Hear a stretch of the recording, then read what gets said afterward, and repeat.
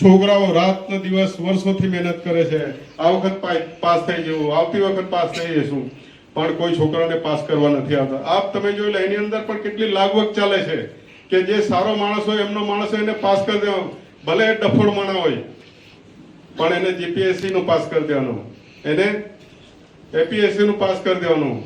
એટલે તમે જોઈ લો, નામ નથી લેતો પણ ઘણા એવા અધિકારીઓ તમે સોશિયલ મીડિયામાં જાણો છો.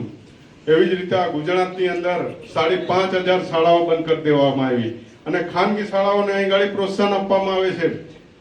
કોઈ ગરીબનો છોકરો કેવી રીતે આજે લાખ રૂપિયા ફી છે, સવા લાખ રૂપિયા ફી છે, કોઈ ગરીબનો છોકરો ભણી નથી શકતો.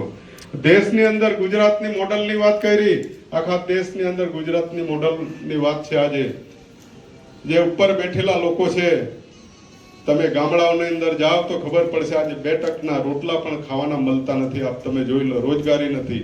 કેટલા ખેડૂતો આજે આપઘાત કરે છે. તમે 1-2 ઉદ્યોગપતિઓને લાવીને ખેડૂતોના ખેતરોની અંદર તમે થાંભલા નાખી અને એની જમીનો બગાડી નાખો છો. એટલે મિત્રો, આવા ઘણા પ્રશ્નો છે.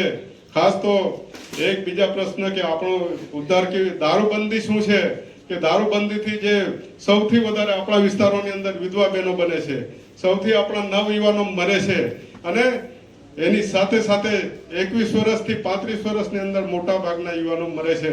એમના 2 બાળકો હોય છે, 3 બાળકો હોય છે, કદાચ એના ફાધર મરી જાય છે, એની પાસે કોઈ ઇન્કમ નથી, પેલી બેન પાસે કોઈ ઇન્કમ નથી.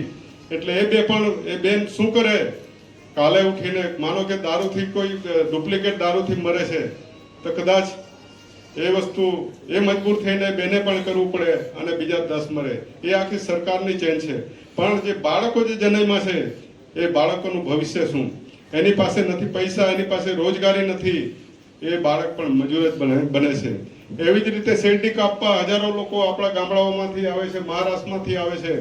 એ પણ આ વિસ્તારોની અંદર બિલકુલ મજૂર સાથે બાળકો જે લાવે છે એ ખેતરોની અંદર રાતના દિવસ પડી રહી છે, એને પણ શિક્ષણ નથી મળતું. તો ને રોજગારી આટલી મોટી જીઆઈડીસી ગાડી આવી છે, એમાં કોઈને પરમિટન કરવામાં નથી આવતા. ખાલી ઓનલી ફોર કોન્ટ્રાક્ટ સિસ્ટમમાં લઈ અને ત્યાં પણ મજૂરી કરાવવાની આવે છે. અહીં વાલિયા ઝઘડિયાની અંદર અત્યારે બહુ મોટા પ્રોજેક્ટ આવી રહ્યા છે. જીએમડીસી વાલિયા તાલુકાની અંદર 4,000 હેક્ટરથી વધારે જમીનો જાય છે અને અરાળ ગામડાઓ અહીંથી વિસ્થાપિત થવાના છે. તો ક્યાં જવાના છે? એવી જ રીતે ઝઘડિયા તાલુકાઓની અંદર ત્યાં પણ 12 થી 15 ગામડા વિસ્થાપિત થવાના છે. આ કોયલો કાઢવા માટેની જે આ લોકોની ધંધા છે, અહીંથી આ વિસ્થાપિત કરવાની છે. હજારો ઝાડ એની અંદર કપાઈ જવાના, હજારો ગામડા ઉઠી જવા.